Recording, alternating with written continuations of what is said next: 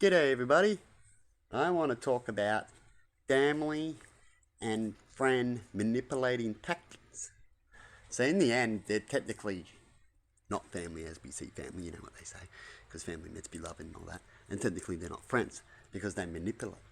And this is how you find out what type of people do that kind of thing.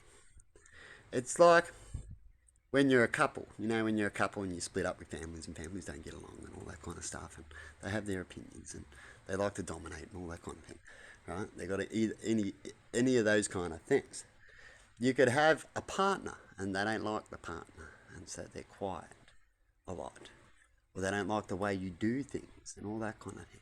And so when things go wrong, they use those kind of things as an advantage, or they create things for an advantage. So they can come in. Here's one thing. I can say many, but I'll mention this one thing. They can come in, say when your partner's in jail or down and out, or not going through things too well, stuff like that, where they can use, or your friend or whatever it is, right? Where they can come in and use manipulating tactics to change your mind why your friend or your partner or your loved one or whoever it is not around.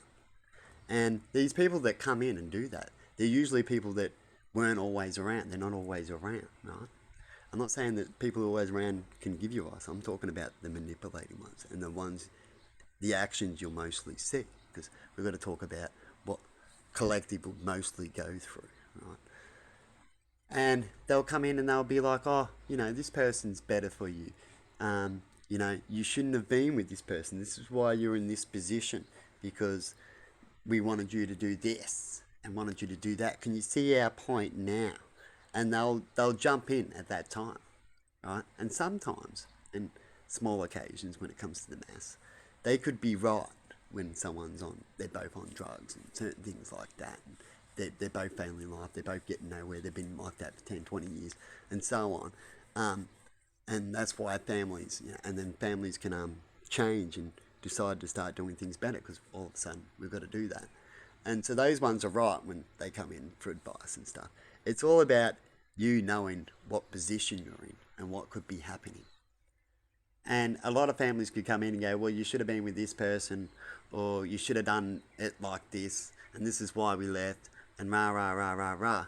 And that's a controlling thing. So if you know that you were right, then you know they're controlling. But if you know in the end that maybe they were right and the actions they did, deserting you and all that, because some people say this, is taught you a lesson, and so they become right. It's up to you to make those decisions when those actions happen.